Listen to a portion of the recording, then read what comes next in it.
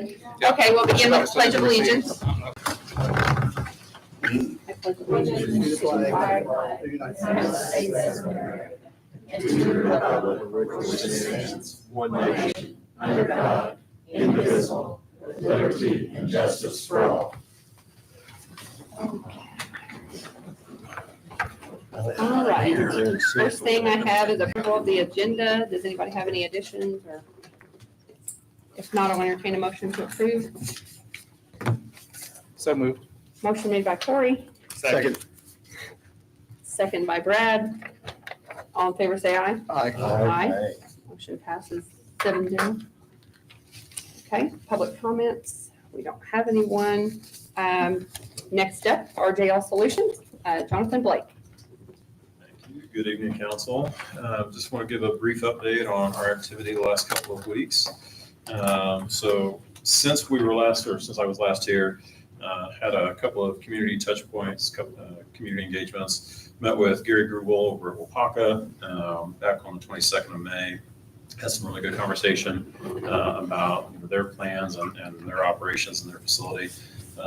One of the things that we had planned was I was going to go do a tour today. However, he had suggested yesterday that we reschedule that, so we're going to push that out a month, and I'll actually be there next month, just because of the excessive heat, both in the plant and outside. So we'll get that rescheduled for later in July. Also met with the Perry County Chamber on the 22nd, had a really good conversation with them. And then most recently, earlier this week, I was here and met with Mayor Graves over in Cannleton. Talked about some of his priorities and the things that his community needs moving forward. Quick update on Project Falcon. So you'll remember that's the business retention and expansion opportunity. I did hear back from the site selector that this is in the final decision phase now. So they have everything they need. They've acknowledged that the county's provided all the information they've requested, and they received their final letter from IEDC. They're just waiting on the client to actually make their decision. In terms of business recruitment, over the last month, we received 4 different opportunities from IEDC, ranging from $25 million investments to over $150 million investments. We did evaluate those projects. Not all of them were a fit for Perry County. One because of proximity to the airport, another one, the type of facility that they were looking for had to be a food grade facility. But we are going to continue to evaluate those projects as they come down through IEDC.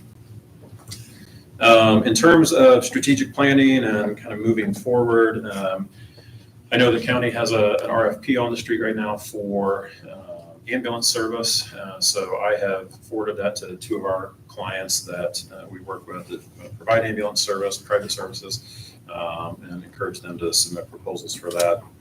And also had some conversation with Commissioner Cole earlier today about that project. Additionally, following last council meeting, or the last council meeting in May, one of the suggestions that I had made to President Harding was developing a capital improvement asset management plan. I know Councilor Philly, I believe, he sent out an email regarding that very topic as well. So be happy to assist with that. One of the things that we've been tasked with by the commissioners is prioritizing capital investments in terms of infrastructure, so water, sewer, streets. So certainly something that would be helpful as it comes time for budgeting, but also just prioritizing improvements and investments over time and giving that longer term financial planning outlook. So happy to provide support there. We are working through some preliminary recommendations on priorities for the county to consider. One of the things that we had talked about when the council and commissioners got together back in April was really making sure that you as elected officials have a stake in the priorities and the direction of the county. So we're taking all the feedback that we got that day, as well as the conversations that I've been having in the community since then, and developing some recommendations. But ultimately, we're going to come back to you, make those recommendations, but ask for your consideration of those and help us prioritize what needs to be at the top of the list and what, maybe is lower hanging fruit that can wait. So really putting you in the driver's seat of those decisions. We're also starting to develop, it's not ready to come to council or the commissions, but we're going to be developing some recommendations on incentive policies. That's one of the things that we've identified as a need. As we look at projects that want to come to Perry County, it's important that we're evaluating those on a level playing field. So not, weighing one project heavier over another or prioritizing one project over another.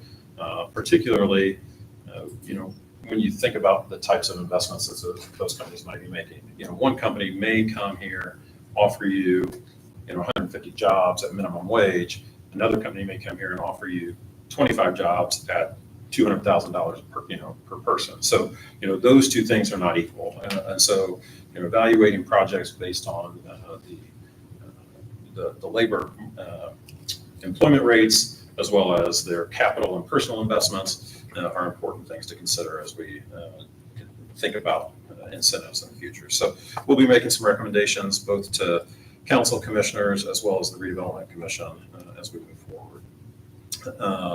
And then as a follow-up to some of the conversations I've been having in the community particularly with Mayor Graves over in Cannleton, we've talked a lot about blight elimination, and there is money through LEI, or the Lilly Endowment. $250 million is what they've committed for blight funding. So we're going to be helping the mayor as well as the county identify those priority areas and what projects we should be applying for funding to address blight. And then really the last two updates I've got for you, unless you have any questions, we are assisting the Derby Community Association with a grant through the T-Mobile Hometown Grant Fund. It's a $50,000 grant.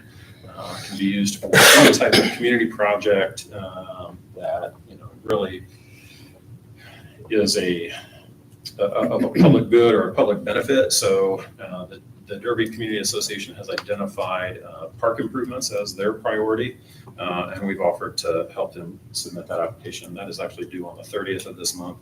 So we are working with Barry Stiles and his team, or his association, to submit that. And then lastly, earlier this week, I was here and met with the Redevelopment Commission, had a really good conversation about just updates in redevelopment law, as well as priorities moving forward and challenges that come up with various redevelopment decisions. Again, we're going to be following back up in July, following up on that conversation with some recommended priorities for them to undertake and projects that they can pursue. So with that, I'd be happy to answer any questions. You have reached out to Tell City, to the mayor also, to try to, Yes. a few times, right, to try to I did. get Tell in City. contact with him, and then Troy as well. And Troy Water, yeah. Well, Troy, And then Tell Andrew. City, and Troy. Okay, I yes. just want to make sure. Yeah. It sounds good. All right. Thank you. Thank you. Appreciate everything. No problem. Off to a good start, I believe. Good, thanks. Thank you. Okay. Next up, we have Tracy Schroeder, reporter for a deputy resignation vacancy. Hello. Hi. Mary Lee is retiring June 30th. And I'm here asking to fill that position. We in the recorder's office have a big project going on that we've been working on for several years now with the back indexing. We're getting close, but yet far. As I've explained to some and other people, that the back indexing is all of the books in the recorder's office have been scanned, and they all have to be indexed. They have to be audited, and they have to be checked. We go page by page to make sure that every document is there. And we've been working on this since 2008. Or 2015, but it's been ongoing since 1999. Yeah. And the main goal right now is to get everything indexed, because we've probably got 20 to 30 years of auditing and checking and all of that. But the main goal is to get the indexing done. And we are getting another 3, maybe 4 years, and we can have that done. But in order to get that done, we need the third person in there so that we can work on the back indexing. We can wait on the customers. We can do the recordings. Does anybody have any questions? I'll be glad to answer. Okay, now, we talked the other day when I went in and visited your office. And again, this is not a state mandated project. It's a project you guys have taken on for the This benefit is of a project we have taken on for the benefit of the the community. the community, Yeah. the people. And how are the salaries paid for this project? Me and the 2 deputies are paid out of county general. And then the 2 part-time are paid out of recorder's perpetuation. Are they dedicated to this They, back indexing? the two part-time, that is all they do is index, Okay. getting those documents with the information on the computer so that the searchers and people can find them. And you made a reference to the fact that sometimes the full-time people, We do all the auditing and checking of the books okay, throughout the day. do you come in sometimes before and after Yes, at business hours? Yes, In we order to do. get this in completed? order to get this complete. Okay. Because it's quiet and there's no interruptions of customers, phone calls, and recordings. Because we can be in a document that's got 50, 60 legals that we're checking to make sure they are all correct. You showed me some of that. And right? if we have to get out of that, then we've lost everything we gained by Now, not being able to save it. now, going forward, any documents are taken care of in this fashion going forward, right? That's new. Everything is computerized from 1999 on. We're going back from Right. 1815 to 1999. But it all goes into the same. It all goes Cash. into the same project. So how far back are you now? I know you said you've completed the scanning. The scanning is completed. The indexing, we are back to 1896 on back indexing deeds. And we are back to approximately 1925 on the miscellaneous. And those are the 2 big ones that we have left. By miscellaneous, help me out there. That is, oh my goodness, different miscellaneous documents. There's some discharges, there's mortgage releases. Splits or something like that, or? No, there's That's- nothing with splits. Okay. It's just whatever people needed recorded. There's power of attorneys, and back in the day, there's all kinds of things recorded. Okay. So for the business end of your outreach to the community, the title searches, the people that come in and want to record deeds and surveys and things like that, what percentage of those have been completed so far in this project, given those dates of 1896 and 1925? Is there a significant number of people who are essentially involved in the legal, transactional, kind of lien checking nature, It who depends. need that information? It depends, it's your title searchers. Like when someone sells property, they have to go back 50 years is the most popular, but there are some searches 75 to 100 years back. So 75 to 100 years is It's rare, but it does happen. but rare. So that would essentially, for the purposes of those individuals, except for the double check that you described, that part is completed for that population who would be making those inquiries. Am I correct? Yes, Okay. And the remainder is the important part. I mean, comes down to essentially historical and genealogical. genealogy is your big thing for the going back, all the way back. If somebody right now were to come into that office and be looking for the genealogical, the historical records, would they be impeded or denied the ability to do this? They wouldn't be, would they? No, Okay. no, So they would absolutely have not. to, essentially, they'd have to go to the books They that you have to showed go me. to the books and look in the books, Okay, rather than sit at the computer and be able to type in a name and search it that way. and if you weren't able to replace this full-time person, what kind of a disaster would occur at your office, so to speak? What implications would there be?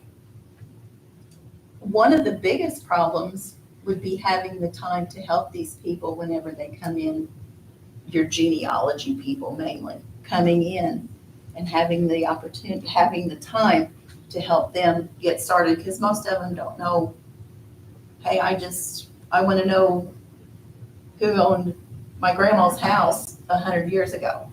Right. And you're not allowed to do that, but you have to teach them how they can do it for They themselves. can do it for themselves, but a lot of, we're there to answer any questions and get them started. Okay. So again, if we were to replace this person, this back indexing project would be pushed out More years than, more 3 to years. 5. Okay. 3 to 5. 3 to 5 is what you're saying? Mhm. Okay, 3 to 5 years. More than the 3 to 5 that you would have, right? Or, Right. yeah, okay, I just want to make sure I understood. To get them indexed is going to take another 3 to 5. Okay, They're doing very well right now, okay, but yet there are a lot of speed bumps. gotcha. So to keep things running smoothly, as they have in the past, we need to really look at full-time. Yes. For sure. We get a lot of positive comments. Just the other day, we were told our records were pristine. I thought that was a pretty good compliment, and we're proud of what we do. Now, you realize we're in a belt tightening mode. Yes, I know that.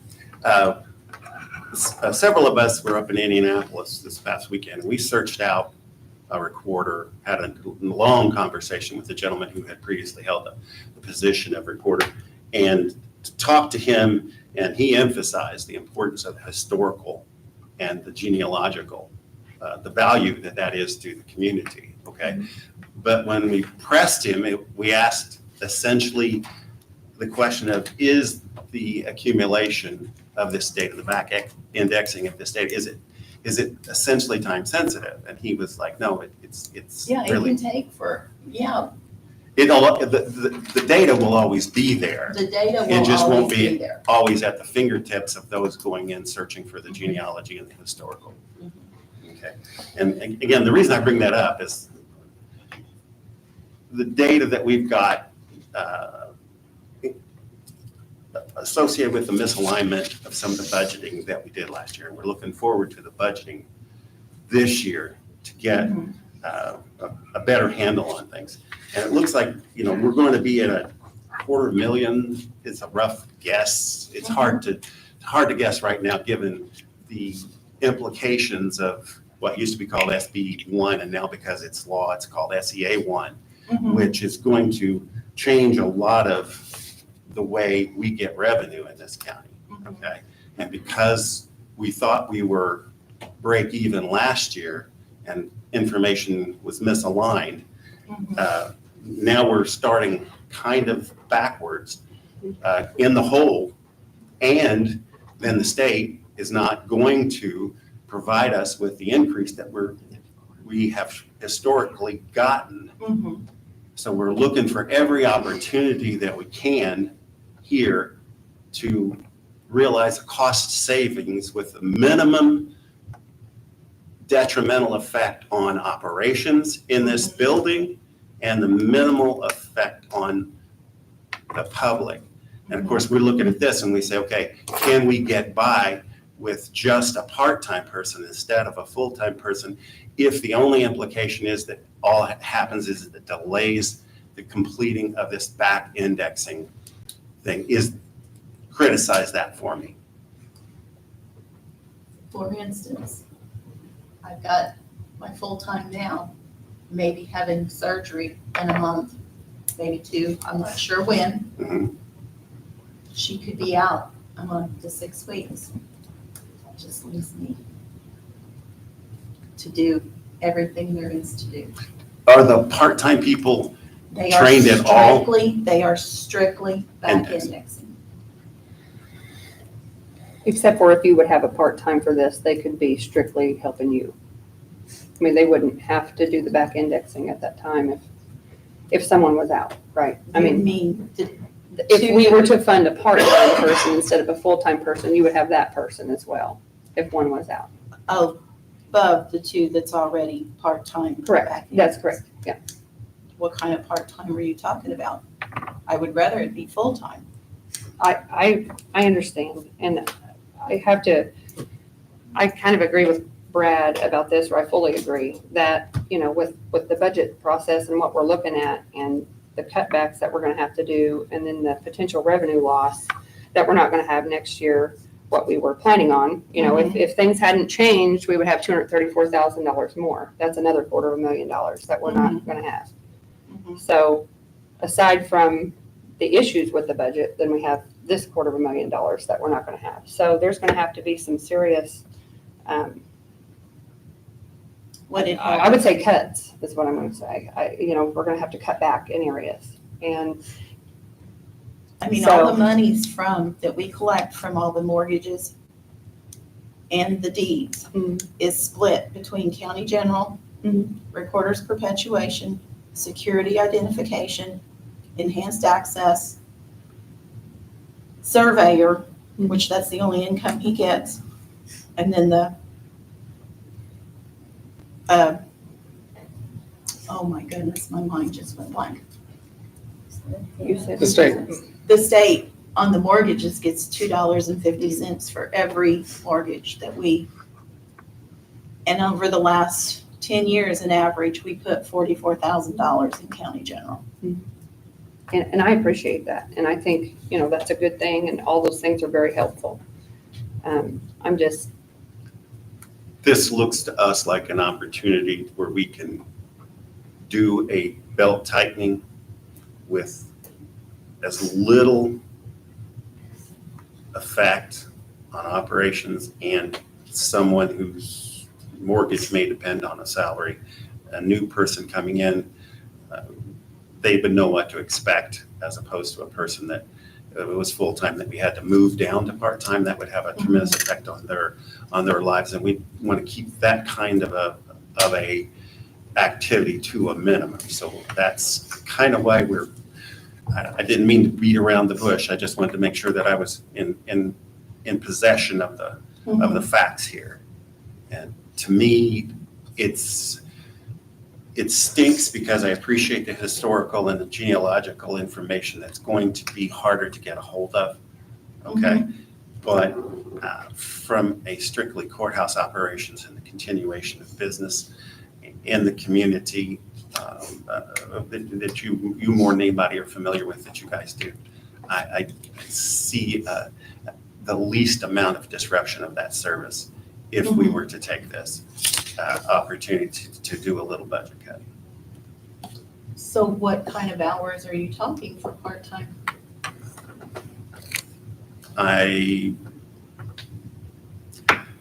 am hesitant to assign that because I know that the situation that you've described, as far as when one person is out and it's only you there, or you and a part-time person there, if we made this a part-time. Again, I wouldn't want to say right away exactly those numbers. I haven't really fleshed that out, I want to be honest with you. But similar to the part-time folks that you have already, as far as the number of hours. So they work 3 days a week. If we were to give you, say, 20 hours, you could, how would you, what would you think that might look like? Was that 5 half days for someone that could be in there every day with you, or would it be? Who are you gonna find that's gonna wanna come in a half Well- a day, 5 days a week? That's where it's gonna be tough. I'm not sure. I mean, I haven't advertised anything like that. I know that, the clerk, whenever they came for their position, they had people interested, they said, for their part-time, so I'm not sure. I can't answer that, but,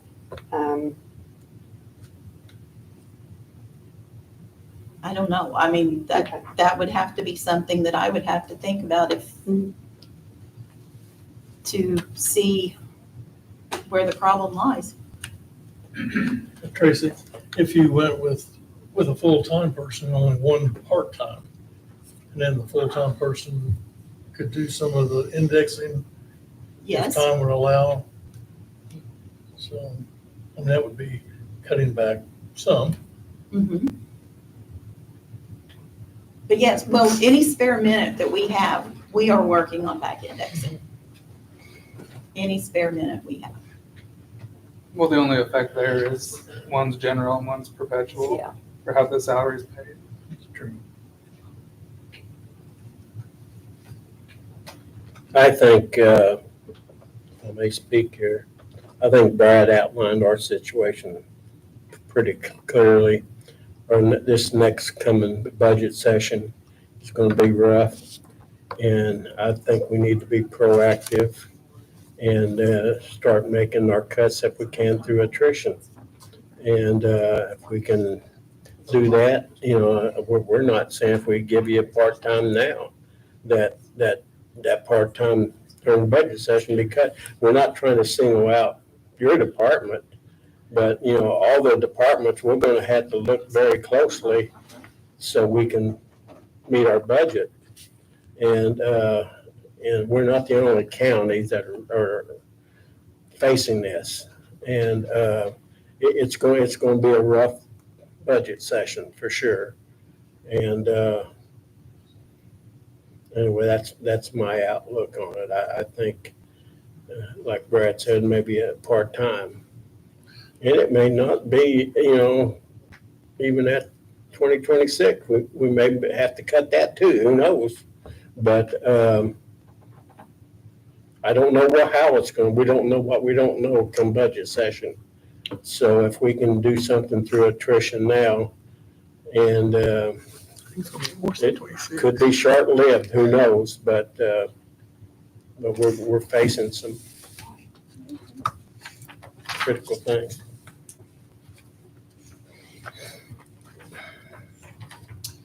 Should we make a motion to essentially approve a part-time person?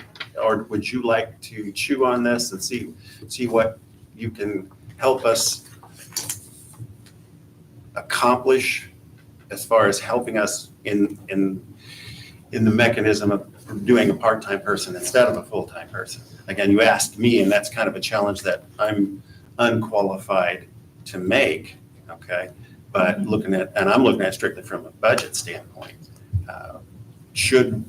Would you appreciate at this time a motion to approve a part-time person? Or would you rather that we just table the discussion and come back again at a different date? That's a very good question. Because I was here asking for the full time. I'd have to think on it. I'm in favor of a part-time person, certainly. It's just how you would want. I think that's the absolute minimum we can do Yeah. for you. Okay, and I say minimum, okay? But these are the kind of decisions that we're going to be forced with making across the board in order to recoup this nebulous $250,000 plus that we are misaligned on. So is it possible that once the budgets are done, and if it happens to be there, could I get it, the full time? Because once you lose it, it's gone. well, I wouldn't say that necessarily, but you have more experience in this building than I do. I wouldn't say no, but I wouldn't hold out a lot of hope, I'm gonna be honest. What's coming and the new way that things are going to be distributed with the information that we keep receiving from the different organizations that Indiana County Councils Association and the County Commissioners Group. I don't even know the acronyms still, but everybody is putting their helmets on. We're going to get shell shock here before long. And we need to start preparing for it. And this is one way we hope to achieve part of that end. I mean, we're talking only a couple tens of thousands of dollars, I doubt, in this effort. And we're trying to cut back $250,000 plus. So this is a first step, and it's a small step, but I think it accomplishes a little bit for us and minimizes the disruption on employees. Again, I think you're taking it on the nose pretty hard here, but Yes, yeah. I think so. So, again, I'd be glad to make a motion to approve a part-time person and discuss it with you if you think that would serve. Or Is that a motion? I make a motion that we approve a part-time person for the recorder's office. Okay. Do we need to say how many hours or not? Do we? It would be nice to know. Yeah, so Tracy, right now you say your 2 part-time people are 20 hours each, They work 3 days a week, 21 hours, 21 week. hours. 42 hours of pay period. So what's the maximum amount someone can work and still be part-time? Is that 30? 28, I think, 34? 29 is. I don't know for sure 28, whether it's 28 28, 32, I don't know. You know, is there enough perpetuation money if you increase part-time hours with another part-time person? And so you get more hours with 3 people. If you had 3 part-timers Right. and could go 30 hours each, was there enough perpetuation money to fund that? No, there's not enough money to fund 3 part-time. I think you're maxed out with what you I am have. maxed out with the 2 on part-times at Perpetuation. That was my question. 42 hours of pay This period. position wouldn't necessarily have to come out of the perpetuation fund. No. No, That's what I was gonna say. I'm No. hoping this is coming out of the general because No. the Not that. perpetuation cannot handle it. No, that's not what I'm proposing at all. I mean, I'm okay with the 20 hours if they want to do 5 half days or 21 I hours would if they want to say do Up 3 to days. 24 and leave it up to her discretion. That's Our a full day's our work. handbook should decide what Or 7 determines part-time, I would think. What'd you say? We're 7 times 7 3, days, okay. so it'd be 21. That's why I said up to 24, whatever she chooses to do. That's why I would word it. If I was gonna do it. That's your. Okay, so Brad made a motion for a part-time employee. Do you want to add how many Up to hours? 24 hours. Okay, up to 24 hours. Do we have a second? I'll second it. Seconded by David. Any further discussion? Now, would the 24 hours be for all 3 part-time people? The No. 24 hours is No, a we're part-time doing person this as itself. positions. It's instead of replacing the full-time from the general, to be a part-time Okay.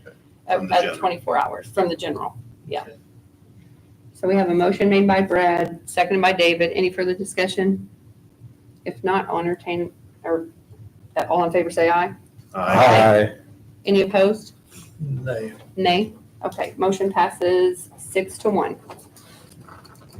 Thank you. Thank you. Where is my? Okay, next up is Joan Hess, the clerk deputy resignation vacancy. Welcome, Joan. Your 3rd day, or is it your 4th day? 4th day in. 4, Okay, almost your whole first week. almost. Thank you for allowing me to be here and speak with you. Like I said, I've been on the job for 4 days. I'm still here. Yay. Yeah, you almost made it. Thank you for stepping up. Almost got that first week underneath my belt.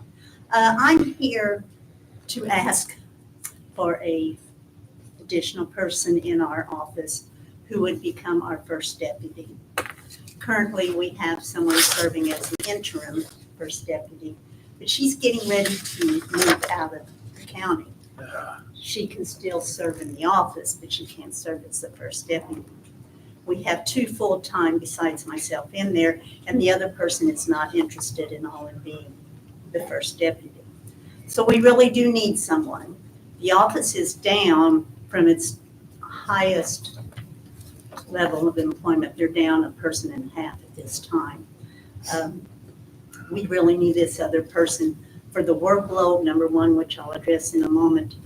but also for the fact that we need the first deputy in case I'm not there. There would be no one to sign any of the paperwork, such as arrest warrants or, anything like that could not get accomplished without either myself or the first deputy being there. So I would really ask for your consideration to be able to hire that person. Currently, between myself and the two people that are in there now, we have less than a year's total experience. Totaling the three of you? Yes, sir. So we are working our best, and I have to tell you that the two girls that are in there have all my respect. They are really hitting it. They don't stop for anything. And I know I'm slowing them down currently because they're trying to teach me, and that's taking more time for them. But the other people in the courthouse as well, anybody that has ever worked in that office has been so gracious and so kind with their time and their knowledge. And I hope that continues because we certainly will need them. I know I will personally. So I don't know what all information you need from me that I can provide to you. Do you have any interest yet, especially of anybody who's worked in the office before? Well, to be quite honest, Brad, I've only been on the job for 4 days. I have talked Little early. with a few people and asked them to please get the word out that we would hopefully be hiring someone. And I've not had any names brought to my attention as of yet, but it's not been very long, so. I'm going to ask you a question that I asked Casey last week, or Okay. kind of Casey and Nancy both, but they were hesitant to answer because they knew, I think, that you were coming in and you were going to make these decisions. I had talked to them about a potential temporary employee to come in just for a short amount of time, a few weeks, someone who has worked in that office before who can help not only train them, but train you, help with the flow of the office and how this works, and if that would be helpful for a while before you hire another new employee and add someone who is maybe from the outside who doesn't know. So then I feel like, is that going to Well, be more a problem for you right now if you? I'm not 100% sure. Okay. But that scenario kind of concerns me. Number one, I don't know who that would be because the majority of the people who did work in that office before that I've talked to are not interested in coming back. They certainly wouldn't want to come back full time. And if it hasn't been very recently, they're going to have to get retrained as well. So I'm not sure how helpful that scenario would be. I was just thinking like maybe a 6-week thing or something, to come in. If there was somebody who was here in the last couple of years that maybe left, and I don't know if anybody would have interest in that. I was just thinking that might be helpful. But I didn't know what the plan was. You bring a new employee on and then, you're new and trying to train. And I know when I talk to the ladies in the office, they're still not fully trained. No, they're not. So what's the dynamic? What is the plan for that to look like to get everybody up to speed? Well, a lot of it is we are relying on other people within this building that have the experience and knowledge. Okay. If that stops for any reason because they are too busy to help us, it'll put a hardship on us. Yeah. But I also know that we're fortunate enough in Perry County to have Debbie Weatherhold, who, is on the state level and very knowledgeable and willing to help us. And I'm That's hoping that, rely on her quite a bit. Maybe can you reach out to the Clerks Association? I don't know if maybe they have some other counties that can send a rotation of people here to help you, or other counties that would be I willing. didn't ask for that, but I Okay. had just this afternoon sent an email to a couple of people that were recommended to me to reach out to and just ask them for some advice Yeah. and help. I've not heard back yet. Okay. But we really, I'm not asking for the part-time person right now. I just need the first deputy. This is a different situation. That office has been decimated, okay? And you guys don't need any encumbrances. And, I probably sound like I'm talking out both sides of my mouth, okay? Just having, laid the law down, or not, that's a poor way of putting it, but hitting Tracy, okay? I can't see doing that to the clerk's office simply because so little experience and you guys got to hit the ground running and you don't need any other impediments. So, And, I would tell you, those girls over there, they come in early, they stay late, they make sure that there's a certain amount of work that has to be done first thing in the morning. They come in and get that done before they unlock the door. Yeah. They're really dedicated. Kelly and I have been going by every once in a while trying to talk to them and ask what help they need. And I'm as sure as you're aware, we had the discussion about, trying to support you in any scenario you could come in with that would help get that office back on its feet. Because right now it's struggling. It's handicapped, yes. But I will tell you that we are not behind on any current court cases. We are not behind on accepting payments. We are not behind on sending out payments. Excellent. That is up to date, and we are committed to making sure that that happens. But you've got a lot of things coming on. But we got a lot of things coming on. Carrollton will be having a referendum election this fall, which in a way I'm kind of glad because I'll be able to learn on a small scale what has to be done. But then next year we have countywide election. And that's going, I'm guessing that it's going to take up quite a bit of time to get that done and get Yes. done You're correctly. prepared for it. Yeah. Yeah, I understand. And to your point, Brad, they actually did lose a part-time They did. person. Yes. So, Mhm. I mean, it's not that. Yeah, we're down a person and a half. If you think this wouldn't be, at this time, a hindrance to have another new person to come in to try to train at this time, then I'm personally okay with this. As long as it wouldn't be more burdensome to you right No, I now in the think learning that- process. No, I really think that's where we need to be Okay. and to try to get to our end goal as soon as possible. I do want to point out that currently, right now, the part-time position that was not Mhm. filled was a position that was paid out of the clerk's perpetuation. So currently, right now, there's no expense for any of the employees out of there. So I'm always looking to take relief off of the general fund, and as you know, that needs to be a high priority. So I would definitely look at even your second deputies, switching to a portion of their salaries being paid out of the perpetuation for the remainder of the year, since you don't have that, did I say recorders? I meant clerk's perpetuation, I said that. The clerk's perpetuation, just to take relief off the general, because the money is allocated there, and, that's something. So I know your first deputy, more than likely, you can't pay a portion of their salary I don't out, think so. no, out of Okay. the perpetuation. But I would definitely look at a couple of we could talk Right. and do some rerouting of that to take some relief off the general, since we didn't fill that. Okay. Let's see, Mike. Joan, according to our budget, that 2025, the second deputy, here it shows there's 2 second deputies. Yes, one currently is acting as interim first deputy. Okay. Doesn't either one of those want to be the No. first deputy? The one is. I mean, getting ready because to- how can you hire someone as a first deputy that has less knowledge than the second deputies? Well, the one lady, as I was explaining, is getting ready to move out of the county.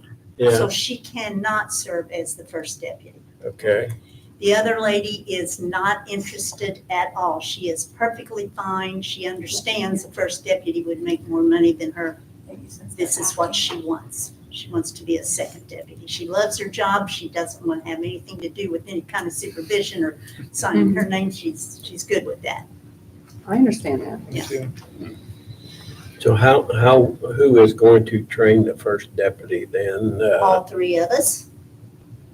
Which neither one of you have that much knowledge, right? You're right.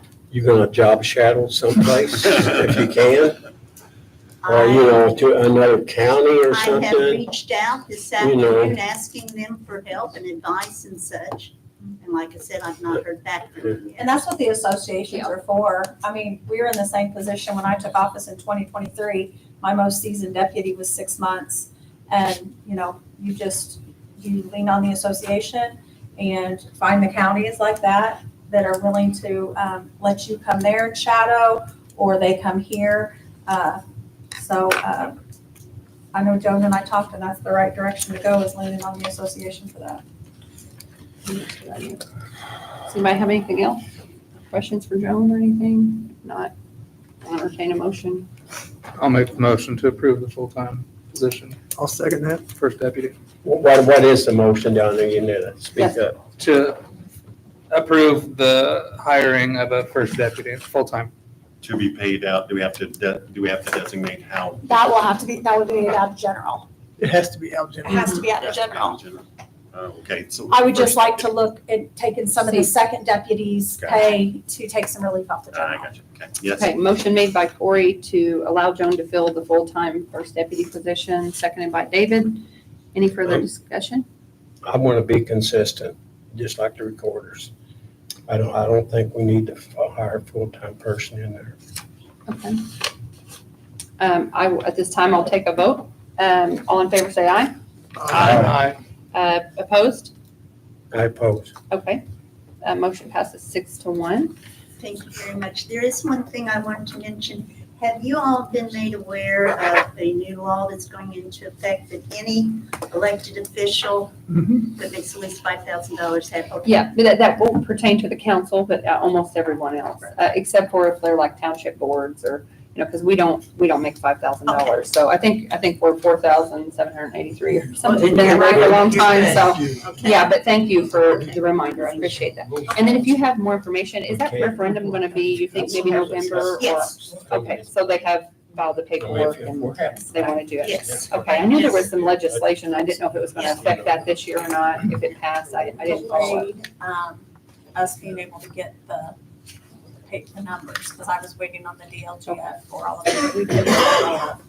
Okay, And I don't know if you all were made aware, this actually came through the judge's office, but it concerns our office as well, that they are part of a pilot program Mhm. that is going to reimburse up to 40% of pauper fees. And they said it was because of not only the demographics of the county, but also the good work that was done by the court. and I think clerks. that's currently for yeah, 18 we, months. It's just we for talked to 18 months. legislation about that last year and asked that we be one of those pilot Yeah. counties. So, yeah, It I think it's a great thing. Yes. Yep. Yes. And they did mention strong leadership, so Yeah. that's good. Thank you. I can't take credit for that, but I will give them credit. Joan, I'd like to express my sympathy for your brother. Oh, Yeah, thank you very much. Fine man. He was fine, man. Thank you. Okay, next on the agenda is the minutes from May 22nd. And I will just comment that they are lengthy and detailed, and I appreciate that. So whoever did that, Lisa? Lisa? Okay. Does anybody have any questions or changes with those? If not, I'll entertain a motion to approve. Motion to approve. Motion made by Gail to approve the minutes, I'll second it. second by Paul. Any discussion? All in favor, say aye. Aye. Opposed? Motion passes 7-0. Next is, it's you, Christina Hammock. Yep. I have received a couple transfers. I sent you guys the paperwork. The first appropriation transfer is from the highway department for the motor vehicle. How do you say that? What is it? The MV? Motor vehicle highway. Highway restricted, yeah. They are wishing to transfer appropriation from the insurance line item to the stone in the amount of $100,000. Steve, you want to come up here? I'm sorry.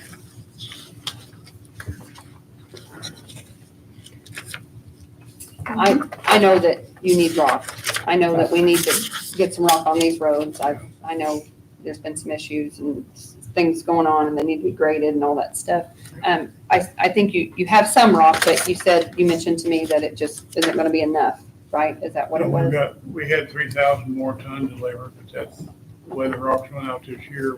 I think it'll last long when it starts raining. If it rains again for long, Okay, We've had a terrible winter and a terrible spring for the highway department. Yeah, several of us have gone and driven the roads to take a look at them. Again, Kelly and Rebecca and the commissioners have commented that the roads are in terrible shape, but the roads that I drove, the ditching was done pretty well, but there were spots. I mean, there's things that Yeah. need to be taken care of. So it's no slight that we need more rock. It's just a matter of fact. But they looked in reasonably good condition, or at least preparatory condition, but just in need of additional gravel. Yeah, we need to get them all graded now. It's going to quit raining and see Hopefully where we that's need safe. the rock. yeah, because you might be able to bring some up, you Yeah, said, whenever you're when they grade grading. it, they'll bring a lot of rock back to the top that don't look like there's any there now. Mhm. It'll look a lot different when the grader gets across because, got guys having to use time and had Yeah, two- did you say you had like 10 people out or something right now? Well, I had two, when I left this evening, there was 3 workers left. The rest of them are all farming and they have to use this time or they're gonna lose it, so, that's Monday's the deadline on that, so. That makes you know, it tough when there's good days. It's hit at a really terrible time for us, 'cause we need to have the graders running and ain't nobody there to run them. So my only issue with this is I have no issue with you getting additional stone because I think I'm aware that we need that. It's just taking it from the insurance, doing a transfer from the insurance. I would much rather, this is just me personally, I would much rather do like an additional appropriation for a portion of this stone or all the stone from like the unrestricted fund or riverboat or something like that instead of insurance, because the insurance, whatever would be left at the end of the year, the insurance would go back into the big insurance bucket. And that's where you pay the claims and everything from. And we just never know. We like to try to make sure that continues to build up. To me, that's intentional. So, My problem with that is, I've explained it several times, and I'm gonna quit talking about it after tonight's meeting, because you all heard it, but I've said it to the council and the commissioners, our money is gas tax, most of it. And Federal Highway and NDOT have both said that they are not to be filtering that money off and taking it to the general fund, that they intend that money to be spent on roads and bridges. They said that we could lose funding, possibly. I don't think we'll lose funding. I don't know of any county that ever has, but I want to say this one more time, and then it's off my back as far as I'm concerned about it. so I just have a question about that. If you say this has to be used for roads and bridges, why is it an insurance to begin with? But we had to pay our insurance. But it came from. But, So it's not allowed to be an insurance, or it is?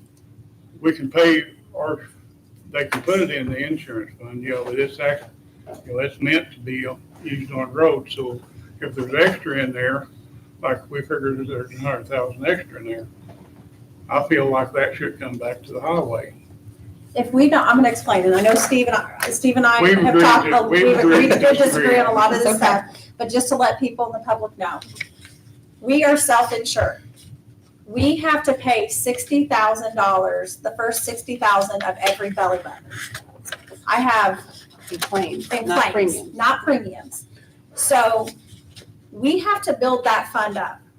Okay, so if that money is budgeted for insurance and it's being used for insurance, it's not paying, right now, that line item pays the premium. And whatever's left gets moved out of general, health, highway, am I missing any? That's it, general, health, highway. If they budgeted $200,000 for insurance and they ended up only spending $100,000, that $100,000 was budgeted for insurance, so it is moved to build that our fund 51,100 up, and that's where we pay claims. If we have a bad year, it could wipe us out. We have to build that fund up to pay the claims. So like Stephen, I told Steve, you're probably coming out ahead if we did the math, because technically we can bill each department for the claims that are paid. So us taking that out at the end of the year, I promise you, I would bet my paycheck, it's less than what we could possibly bill you for. And with the So help we're of not all- taking Oh, money yeah, from we the don't know. highway. I don't know Yeah. anything about No. the insurance Yeah. anymore, so Sure. Chris explained this to me Mhm. yesterday, and I understand more about Yeah. the reason now than I Yeah. did before. Yes. And what it is, I think what also needs to be said is like, your department, your claims are coming out of this big pot too. Yes. So it is directly affecting your department. I mean, just because it goes back into the pot doesn't mean, I mean, you're still getting all your claims paid out of that Right. same pot. So, I guess my question is now, are we okay using insurance from this? I mean, I don't know. because if, I mean, you You'll say have- you've always done this and then you mentioned that it's only for roads and bridges and we could get in trouble. So I want to know, That's. is that okay through, because you're employees of the highway department and that's a functioning department that does these things? You're paying salary and benefits out of it, so Okay. that's what it is.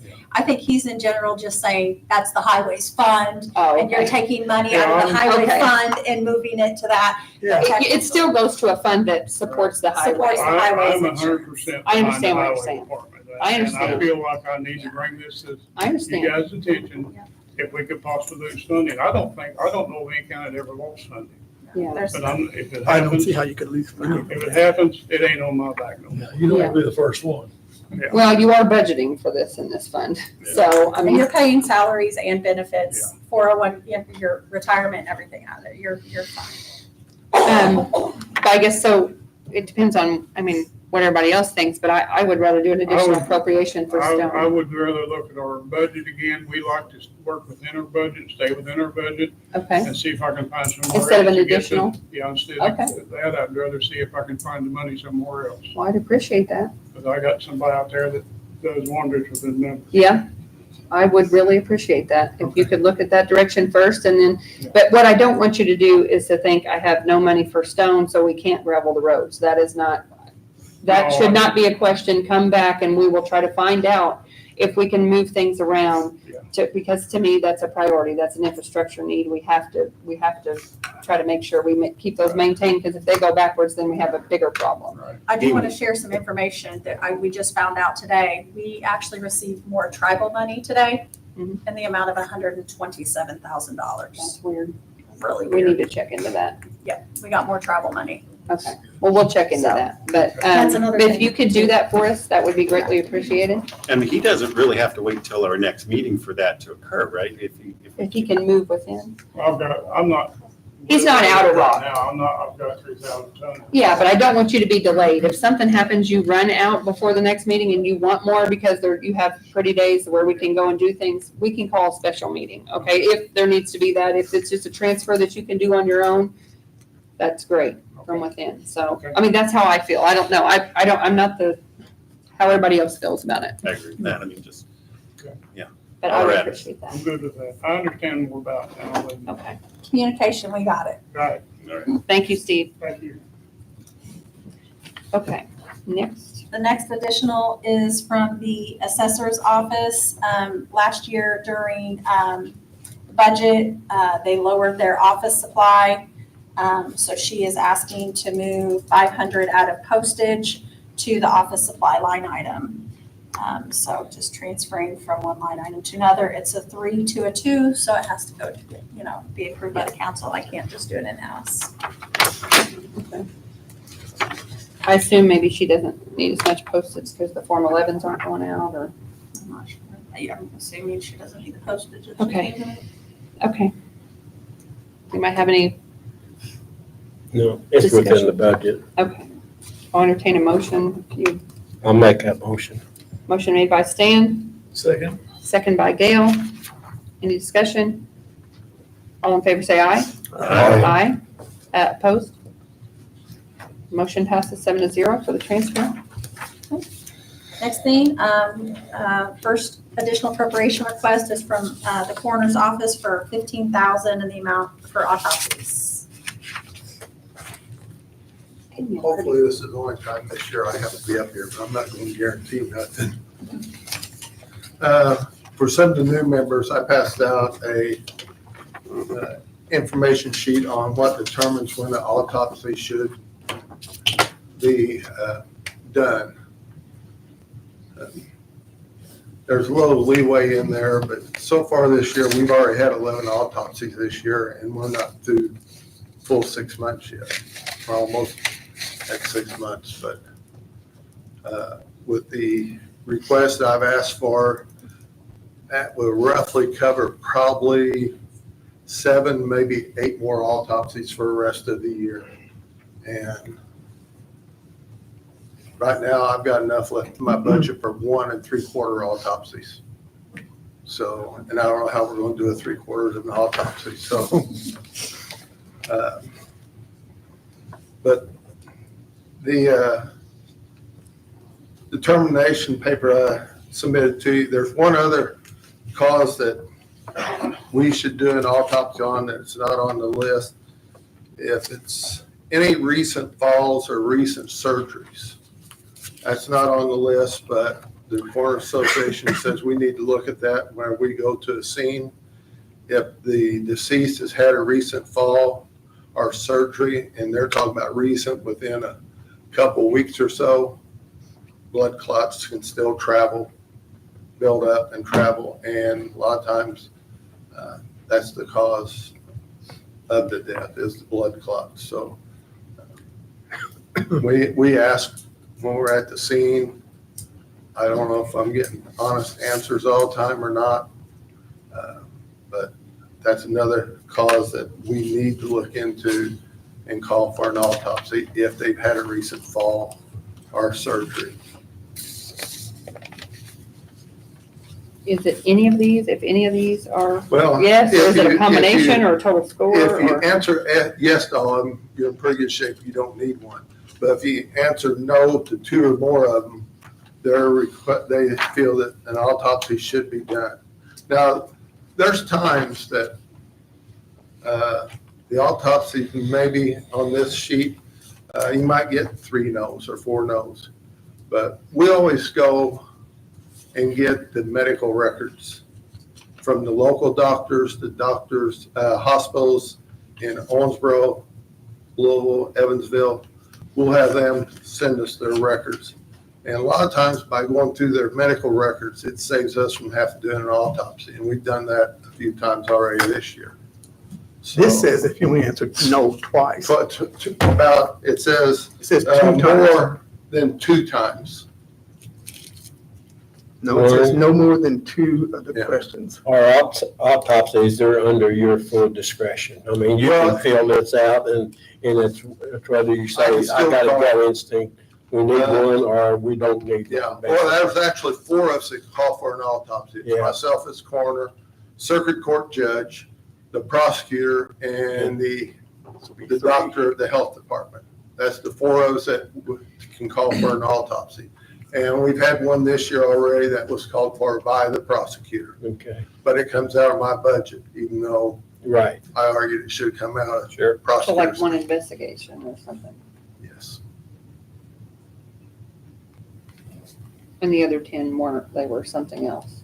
Yeah, decomposed bodies, finding a fairly young person with no health issues. So, and well, one of them was an infant. Infants under 2 or younger has to have, unless they have got medical problems from the hospital that they're terminally ill, then we don't have to do an autopsy because we got the medical records to back it up. Now, you've said that, one of the first things you said to me when I got caucused in was we had an unusually large number of autopsies this year compared to other years, and you have no idea how many we're going to have, and That's it. budgeting for it is See, a ridiculous Up guess. until this year, for 2025, they always just put $5,000 in the autopsy fund. That pays for 2 autopsies. Mhm. And the council last year boosted it up because there's no need, every 2 months, I was coming back asking for autopsy money. So that's the reason it got raised up this year. Oh, what was your, what caused you to come up with a $15,000 request? I figure that's gonna cover 7 more autopsies, and if we've already had 11 in the first half of the year, we haven't got in the hot weather yet, and we're going into, usually in summertime, it goes up, especially with elderly people and accidents, people partying, accidents. Well, I realize it's an ask for you to come and ask for funds all the time, but much the same way as we did that appropriation, the last appropriation. Yeah. Is it possible that we could just do 9,000 or something like that to 9,000 to cover 4 autopsies. in addition to your 1 3/4? 1 3/4, yeah, and that probably won't get us to Yeah, that's- middle of August probably. Really? Yeah. It's, some years we've had more autopsies than this already. Other years we haven't. It's just kicking a can in the dark. You have no idea what, we're gonna have. And it makes it hard to try to figure out a budget because there's no way to figure it out. If you don't use this, it goes back to the general fund anyway, Yeah. so. Oh, is that correct? We Yeah, I have, don't. This is I just we don't- a have to pay budget, autopsies. allowing him to spend it, so if he doesn't spend it, the cash just stays in the general. So, but I just, I can't tell you, we might have, I hope not, but 4 next week. It just. Yeah. And another thing, like airplane crashes. I hope we never have one, but you're going to usually have more than 1 or 2 people on a plane, so. Spencer County a couple of times last year had 4 at one time. And we've been lucky so far. Yeah, that's difficult to plan for. I mean, Yeah, that's like. It is, that's it like a- is. And and that's the thing, like with our new cooler. We got the new cooler. It's great. Most we've had in there so far has been 3, but they'll hold up. We can get 8 in there, but we've had 3 in there at one time. It's a lot better than the old cooler the way it was. So it just, Sunday night, Tuesday night, we had 3 calls after 7 o'clock at night until 4 o'clock in the morning. So you just never know. I see no way around it. I'll make a motion to approve the request. I'll second that. Okay, motion made by Corey, second by David. Any further discussion? If not, all in favor say aye. Opposed? All right. Thank you. And like I Hopefully you said, don't need it I all. hope I don't come back Yeah. again. Be Thank nice you. for both of Thanks, us. Warren.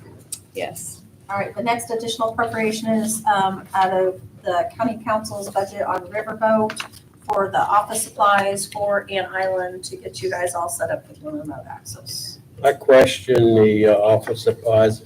Shouldn't that be office equipment? We don't have an office equipment line at all, isn't under office We'll supplies. have to put it in there because it's not supplies,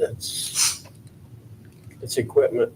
I didn't understand the top part on the department and location name, council L2061. I go strictly by general ledger numbers from one to the other, so, About L. Location, okay. This. You want to be educated, Stan? Let's see what we got. That's your location number? That's the council's location number.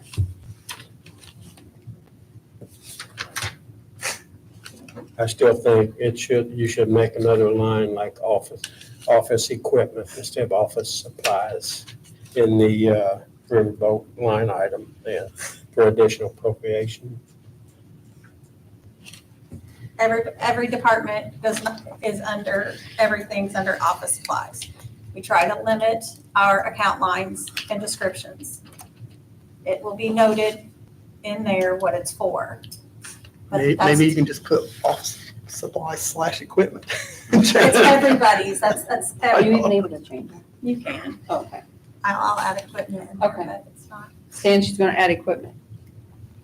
You said you would. Don't look at me. Okay. Does anybody have any, everybody knows what this is, right? From the Yeah. last, okay. Any further discussion? If not, I'll entertain a motion. I'll make a motion to approve that. Motion made by David, Second. second by Gail. All in favor, say aye. Aye. Aye. Any opposed? Okay, motion passes 7-0. Okay. The next one is out of the opioid unrestricted. This is is this the server? Yeah, server at Sheriff's. It's the server at the sheriff's office. Detention center. We talked about last. Yes. Yep, this was the motion of intent from the last meeting. So, I'll make a motion to approve that. I'll second. Motion made by David, second by Brad. Any further discussion? All in favor, say aye. Aye. Aye. Any opposed? Motion passes 7-0. the next additional appropriation is also out of the opioid unrestricted for the county council, for the siren. Is that right? Yeah, it is a siren, but you, just right here, it says short utilities. I think you forgot to change it. You did confuse me there. Sorry. Is that okay for our records, or can you change? I mean, I'll change that. can you update that to say siren for EMA at Rocky Point? Yep. Okay, this was another one of those motion of intents from the last meeting. Does anybody have any further discussion? If not, I'll entertain a motion. Make a motion. Motion made by Gail, I'll second it. second by Paul. All in favor, say aye. Aye. Opposed? Motion passes 7-0. I will. The next additional appropriation is just the community crossings. We received those funding for the highway, county road improvements, appropriating to be able to spend the $1,916,941 and a nickel. That's for your grant and the match, right? Okay. The match is below. Well, what do you mean? I think that's something separate. I think that's for the remainder of the, yes, okay. Yep. All right, any questions on this? Any further discussion? If not, I'll entertain a motion. I'll make a motion to approve that. Motion made by David, Second. second by Gail. All in favor, say aye. Aye. Aye. Any opposed? Motion passes 7-0. Next, Is the Lit Edit Highway for county road improvements for $540,000. This is, our lit, used to be the edit. I've got a bunch of damage we're trying to repair from last winter on, so just about all of our lit money this year is gonna go on repairing things that were tore up last winter from the weather. We had several failures in the roads, and I got an estimate today from the guy, and it's gonna take just about all of our lit money to repair what we lost. We ain't gonna have to get any extra paving done this year, other than our community crossings. I mean, so is this the 399? Remember the 399,000 they went after the second round? no. Okay, okay. This is, This is strictly for the repairs. that's what this is gonna be spent for. We have, it used to be edit money that I call it lit, but we used to have 500, 600, 700,000 a year. Yeah. That we used, besides the community crossings to do paving with. If we didn't get community crossings, that's all we would have to Right. pave with. So that's, and in the past, we've done different sections of roads that used to be paved and, different things, trying to get the roads in better shape. But this year, I think we're gonna have to use it all on repairing the road. This is part of the edit. Yeah. Yeah, So you've already identified all the areas? yes. Okay. Well, not all of them, but the worst ones, we ain't gonna be able to fix all of them, but Okay. the biggest part of it. Okay, any questions for Steve? If not, I'll entertain a motion. I'll make a motion. I'll second it. Okay, Paul made motion. That's okay, that's okay. Okay, second by Stan. I Any wouldn't further want to discussion? All in favor, say aye. Aye. So, Any opposed? No. Okay, motion passes 7-0. Thank you. Thank you. Thank you. I also What you got? wanted to tell you guys, they started paving today on Leopold Mount Pleasant Road Okay, Yes, it did. with the wedge and level coat, and they'll come back to the surface. And our other paving hopefully gets started, Branchville and those 237 and 37. you had all those cuts in the road taken care of though, right? I mean, that was pretty bumpy Yeah. there for a while. Yeah, it was. There were several of them on that road there. Also, I would like to, I drove it and it scored it, and I don't think it turned out good, so. Probably not. Yeah. I'd like to explain something about this community crossings. I've heard comments made that we might have left money on the table. Up until last year, you get an estimate from a paving company, and that has to go in with your application. You put the application in for the community crossings. Okay, every year except one, the estimate has been 100,000 or 125,000 higher than what the actual bids come in. One year it was real close, to been 40,000. But I asked this the first year, and we did this. If the bid comes in so much less, can we apply for that? Can we use that again? And they said no, up until last year. I guess there's enough counties or people complained about. Last year, they changed that rule where you could, if you had money left from your first one, you could apply for that amount. That was the 99, Yeah, that's what's doing this other road out here. I'm glad we can get it. But yeah. It me takes too. competitive bids though, to be Yeah. able to have any left. Last year is the first year we were able to do that. So we didn't leave any money on the table. We just could not apply a second time after you were awarded up until last year. That was, the rules change on this community crossing stuff every year. And they said in 27, there's only going to be one draw. They're not going to do two draws anymore. Is what But our I'm match hearing. is less.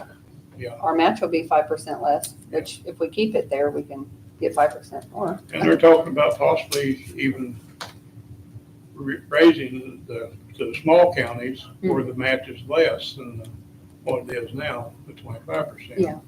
So, I mean, there's a lot of changes coming with community crossings. Yeah, you have to have a wheel tax and all that kind of stuff. Oh, yeah. We're okay for that. Yeah, you had to have a wheel tax. Spencer to County is, apply. but- Yeah. yeah. But anyway, we didn't leave money on the table. We just weren't allowed to apply a second time up until last year. We could the last year and we got it luckily, and we're gonna apply again this year for what we didn't get in the full $1.5 million.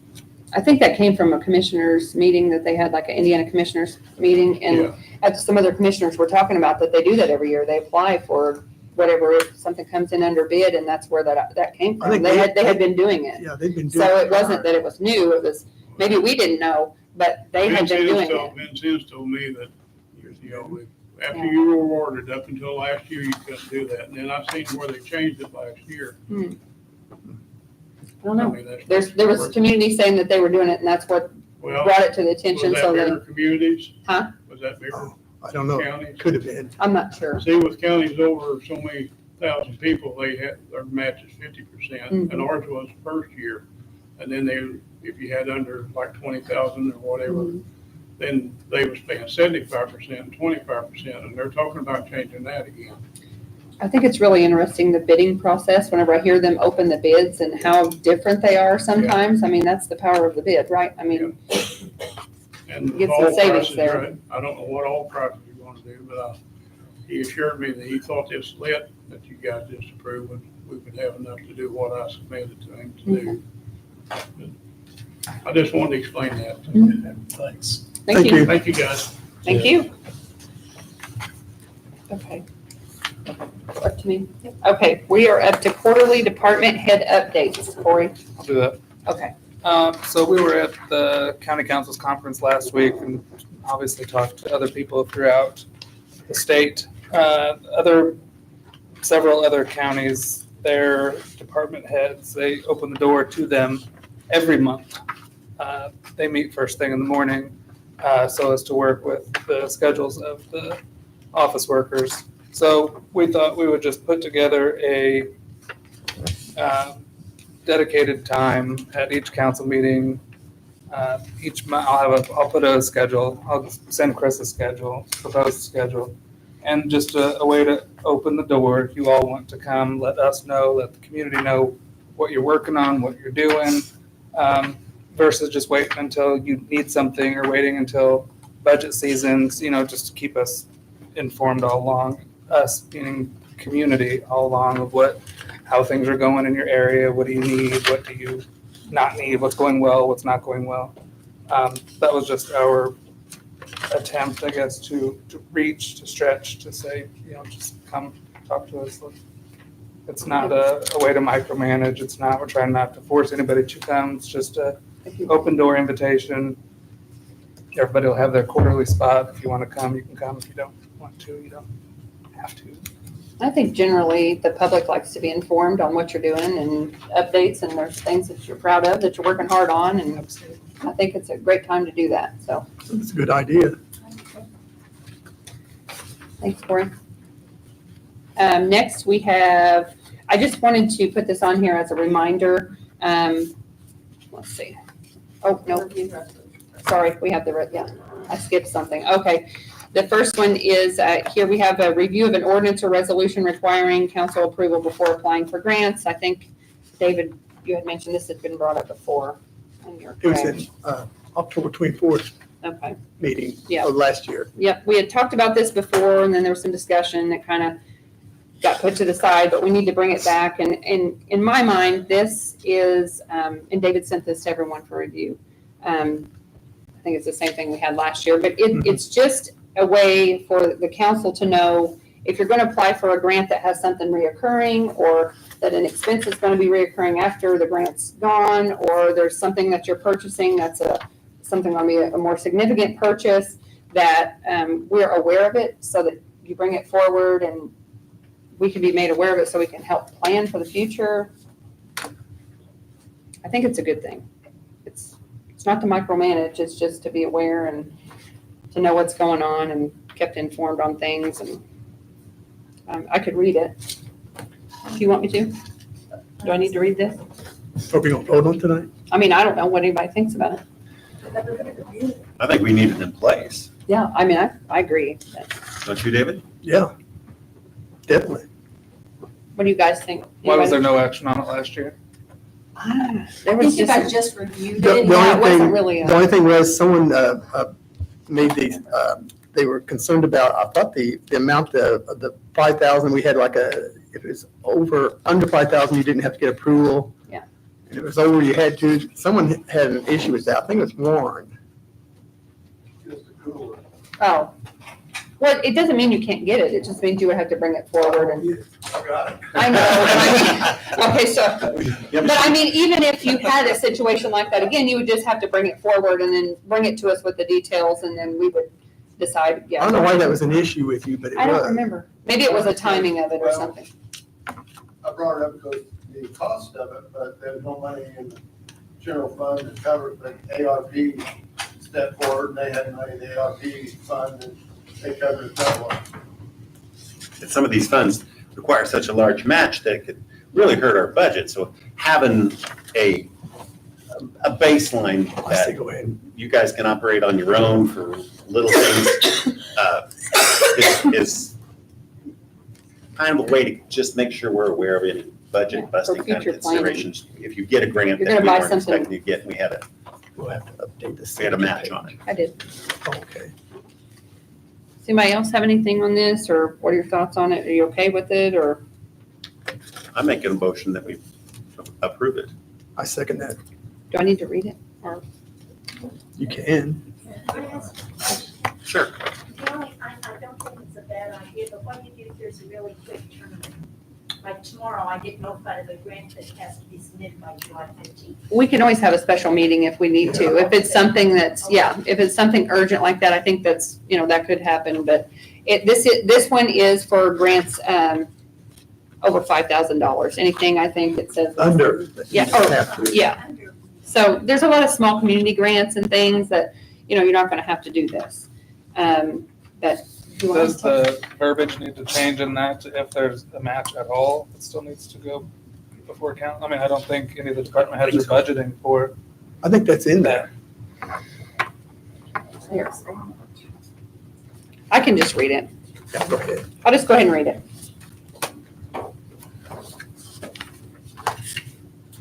I updated the signature, David. It says ordinance to establish grant procedures, whereas the Perry County Council previously passed resolution RC 21-2, establishing grant procedures in order to standardize the grant application process to be reviewed and approval before submittal, and whereas the Perry County Council deem it necessary to pass an ordinance to further establish such grant procedures, such that all grant applications within Perry County be reviewed and approved before submittal, and whereas this standardized process is meant to encompass all grants which may pertain to Perry County, including but not limited to federal, state, and local grants hereinafter referred to as grants from federal, state, or local guarantors, hereinafter referred to as guarantors. And whereas the council is the fiscal body of the county and should therefore be apprised of all sources of revenue in order to make appropriate budgetary decisions. Now therefore it be ordained that Perry County Council of Indiana as follows, that Section 1, grants for personnel, applications for grants to be utilized for the purpose of paying all or a portion of salary or salaries must be approved by the council prior to submission.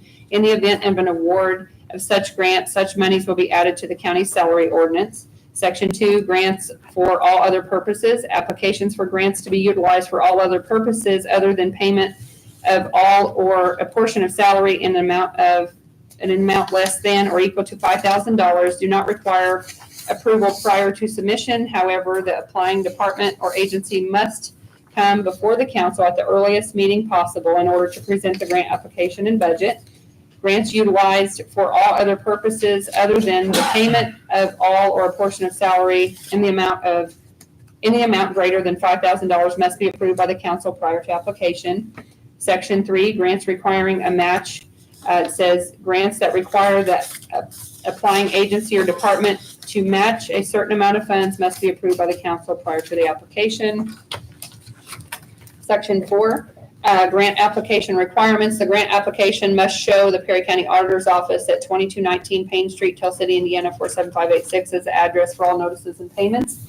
Section 5, record keeping of awarded grants. In the event an agency or department obtains a grant, a copy of the award letter and all other paperwork received must be provided to the Perry County Auditor's Office at 2219 Payne Street, Tell City, Indiana 47586. Furthermore, any and all communications, correspondence, and changes made between the agency or department and the grantor must be provided to the Auditor's Office. They're the official record keeper, so that's why.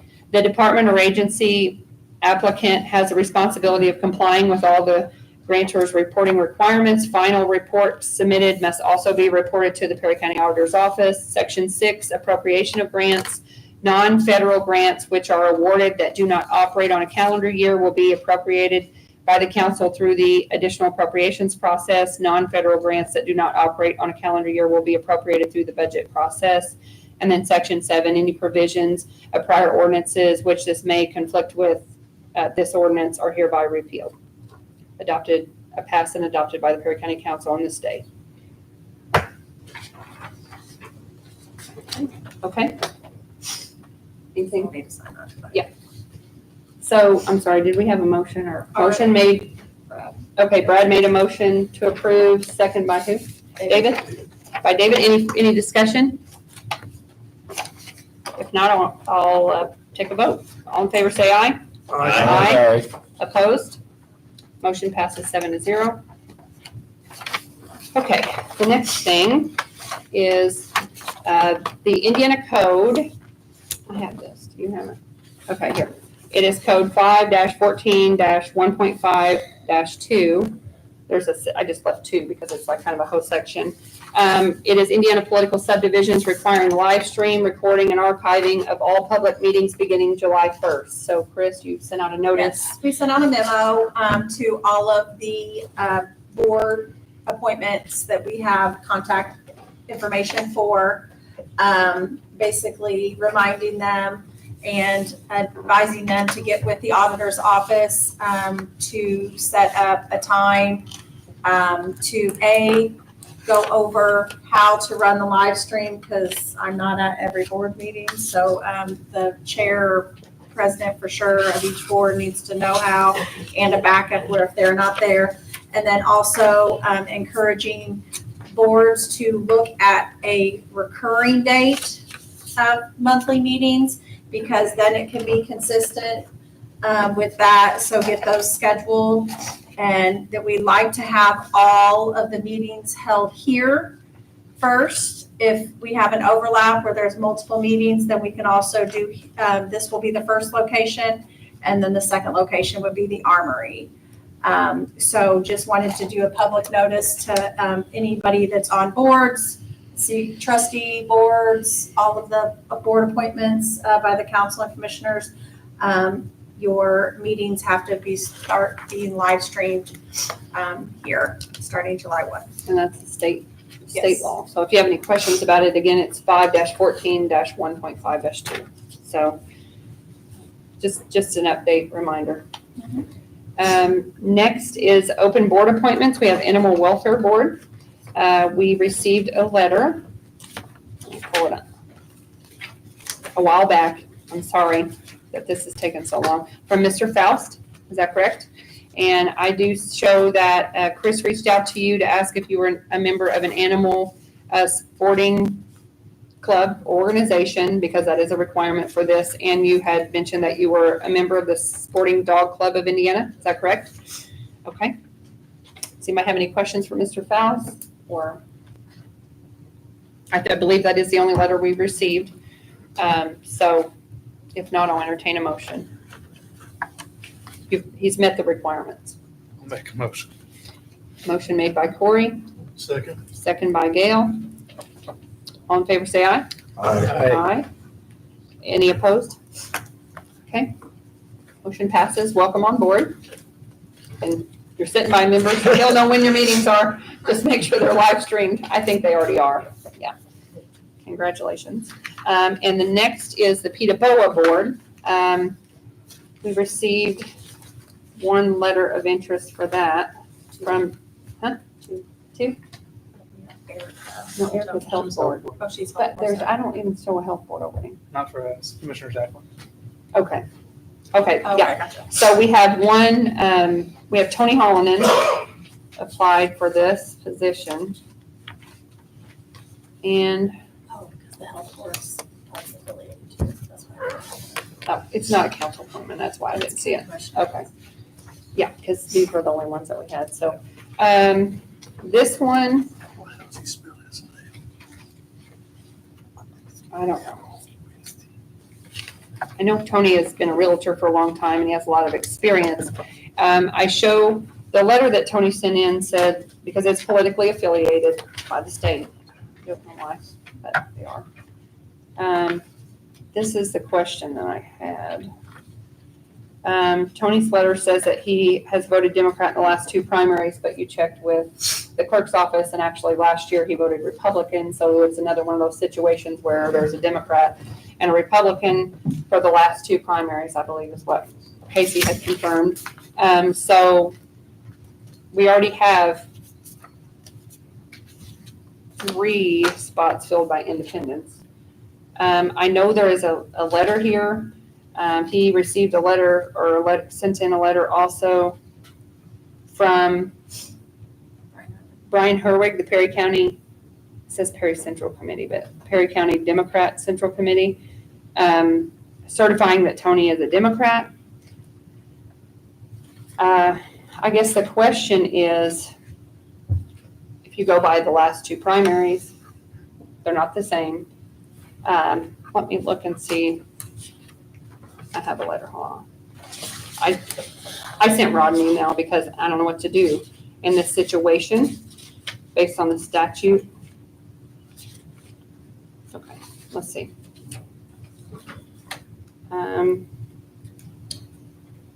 So since the last 2 primaries were different, the statute reads, whenever the law applies, let's see. Whenever a law or political subdivision's resolution requires an appointment to be a board be conditioned upon political affiliation to the appointee, or the membership of the board not exceed a stated number of members from the same political party at the time of appointment, one of the following must apply. So there's 2 things underneath this. Number 1, the 2 most recent primary elections in Indiana in which the appointee voted were both primary elections held by the party with the appointee's claims affiliation, which that can't be because there's one of both, one of each party. And then, so if you go to number 2, it says if the appointee has never voted in a primary election in Indiana, the appointee can be certified as a member of the party by the party's county chair. Oh. So So we can't do that. So that's the problem, because we do have a letter from the chair, but that is not one of the 2 things that are under, that's my understanding. I think the first one disqualifies him, voting a Republican in 2 primaries. Well, it was, Is that no, it was right? Just one. one primary. The last 2 were different. So the issue is if we have three, we can't have more than 3 of 5 the same. And we currently have 3 independents. So you can't have another independent. You can't have another independent, or are they essentially? Well, listed that's as- a question. That's a good See, I would question. assume that if you're independent, then you're not Okay. associated with either party, Major party. and therefore you can't, I mean, you can essentially have the whole board filled with independents. Well, we can ask that. The whole issue here is this statute's not clear. And I've Yes, already talked to Senator Schmidt about this, and I said, this has to be cleared up, and he agreed that there's some holes that need to be, you know. but in the meantime, and it's my idea, and I've expressed this to Kelly, in the meantime, we've got the Peterborough board short of staff. Now, it could operate without Yeah. someone, but someone who's qualified has stepped forward. They essentially have been given a document, even though it doesn't qualify for the way the statute is written, that says that they're a Democrat, okay? And they have expressed that they're a Democrat. And even if we go by the rule about them voting a Republican the last time and Democrat before that, and they qualified as an independent, I see no reason why we should stand on the muddle that the law is, that we should look at the intent of the law. And the intent of the law is not to load a board with one political party, and this would do neither of those things as far as I'm concerned. So to me, it makes sense to go ahead and appoint Tony to the board. That's my opinion. My opinion as well. I mean, if a party chair can sign a paper and a person can run for an election as part of that party, I would think it would be sufficient for board purposes as well. And I think by having that document, that represents due diligence on our part. We have essentially done our best to determine party affiliation, and it's been a muddle, and we do our best at that point in time. That's, again, the end of my opinion. Anybody else? Did I our- tend to Did agree. our attorney weigh in on this? I sent an email, but it was just today, so I didn't get a response. Yeah. But I just wanted to have something because I feel like this will set a precedence for other boards that have this. So, I mean, I totally understand what you're saying. I think Tony's qualified. It's nothing against Tony. It's just, the statute is a mess. I get that. I hate it that members of the community Yeah. who want to participate in the government are being dissuaded because of a gray area in the law. We've already had a bad reaction from an individual who's or more than one individual who's put themselves forward and run up against this. And this is, to me, it's unnecessary, but I understand your concern for the actual reading of the law. But Yeah. I think we've done our due diligence, and I think we can feel confident that we are filling the board with someone that's qualified and has at least partially met some of the requirements in that gray area.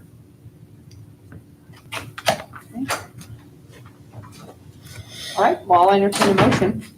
I make a motion to approve Tony Holland to the Peterborough board. Okay, motion made by Brad, I'll second it. second by Stan. Any further discussion? I'm just going to say that I'm going to vote no, not because I don't think Tony is qualified, but because I just want to make sure that I didn't get a response yet. So I hate to delay it. Like you said, I feel like that's unfair too, but for me, I just have to do that. So all in favor, say aye. Aye. And opposed, aye. So motion passes 6-1. 6-1. Okay. All right, so Tony is on the Peterborough. And where's my? Okay, next meeting is Thursday, July 24th at 5 o'clock. Oh, okay, please come forward. You've got this new ordinance on these grants, and I honestly don't remember if I've asked permission to apply for the second one this year. Oh, the They're not gonna have it in July, it's gonna be August or September. community crossing, Yes, okay, so you want our permission? I want your permission to apply for that money. Steve is asking for permission. Yeah, please do. anybody have any questions for Steve on that, or this is something he does every year, so. I think we're all pretty well versed in that, so. I'll entertain a motion for I'll Steve. make that motion. Okay, motion made by I'll second Stan, second by David. Any discussion? All in favor, say aye. Aye. Motion passes 7-0. Thank you. Don't leave any money on the table. Yeah, that's right. Thank you. I'll entertain a motion to adjourn. Motion to adjourn. Motion made by Brad, Second. second by Gail. All in favor, say aye. Aye. Aye. Motion passes 7-0.